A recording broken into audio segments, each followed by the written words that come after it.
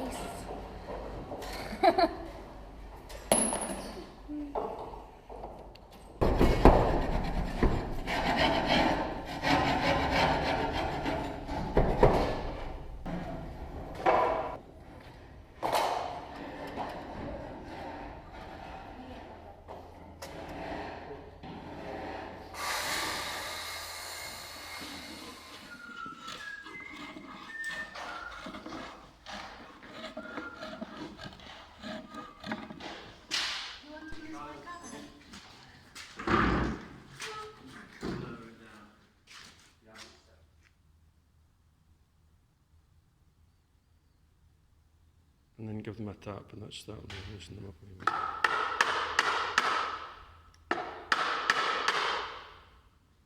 Bit more mouths, maybe.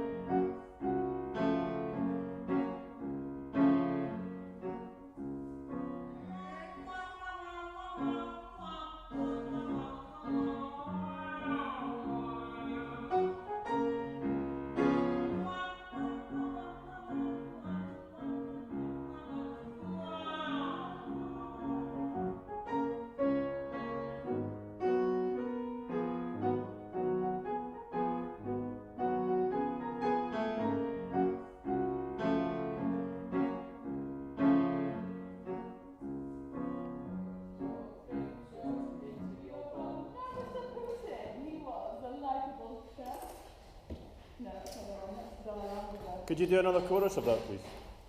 Hey, little donkey, don't so dumb, just put your finger into your bum. How do you know that you don't like it if it's never been done? Just put your finger into your bum.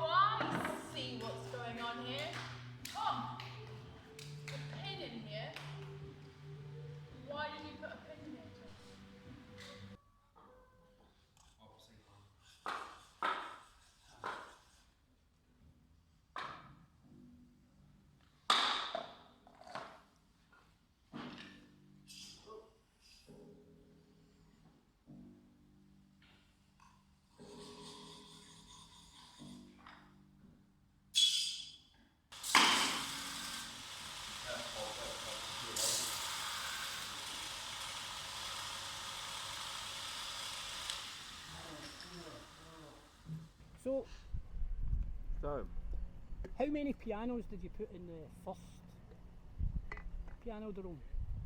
well, I like to say 40 pianos because that's just a little gag, but it was probably more like 60. Right.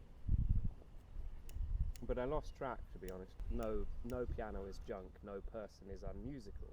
The idea being that basically if you leave a piano in a corner and it gets dusty and out of tune, then, you know, then it's not fulfilling its potential.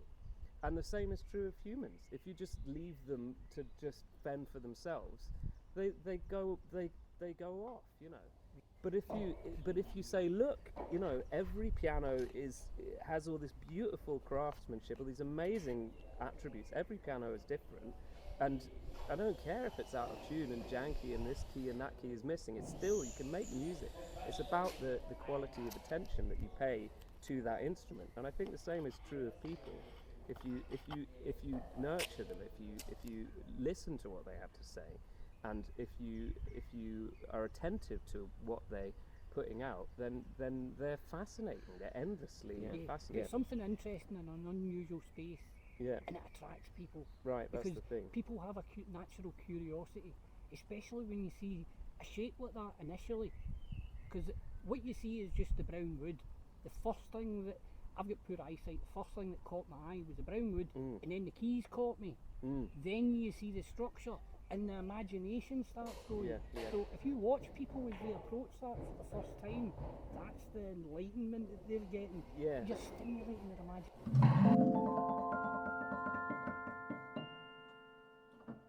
Taking what you have to build what you need. So, using your hands and your imagination to try and make the best of the available materials. And as a musician, obviously, when I learned that, you know, The 5 sacrilege to 10 pianos a month were being burned, I wanted to try and find something that we could do with them. Although now, after 3 years, I do sometimes, I confess, think, let's just burn these pianos.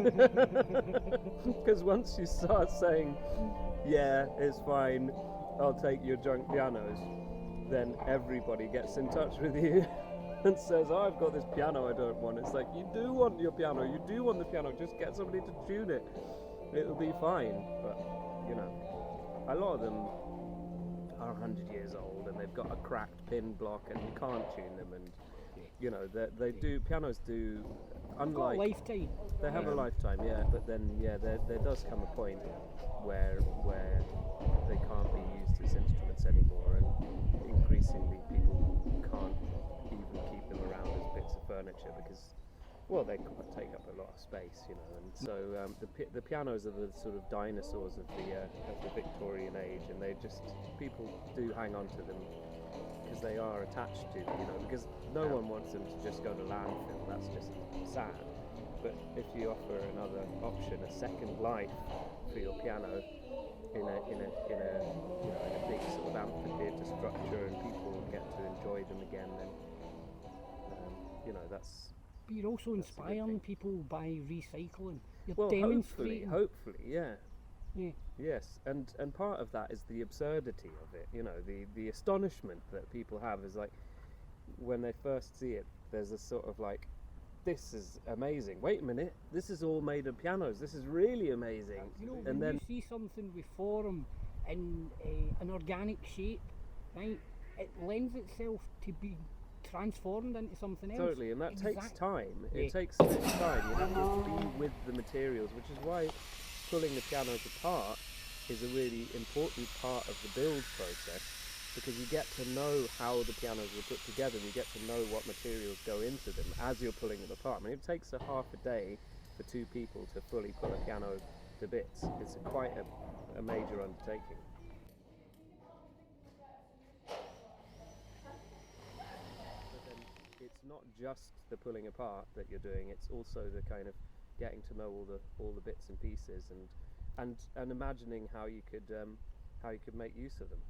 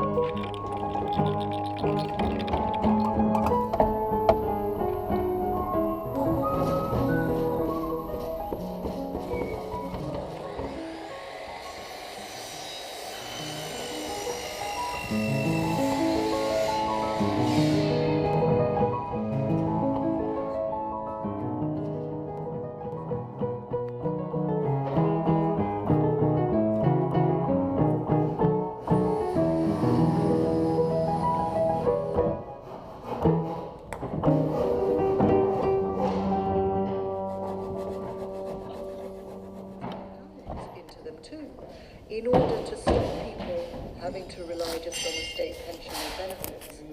And that money is lost as well in these frauds. So the fraud is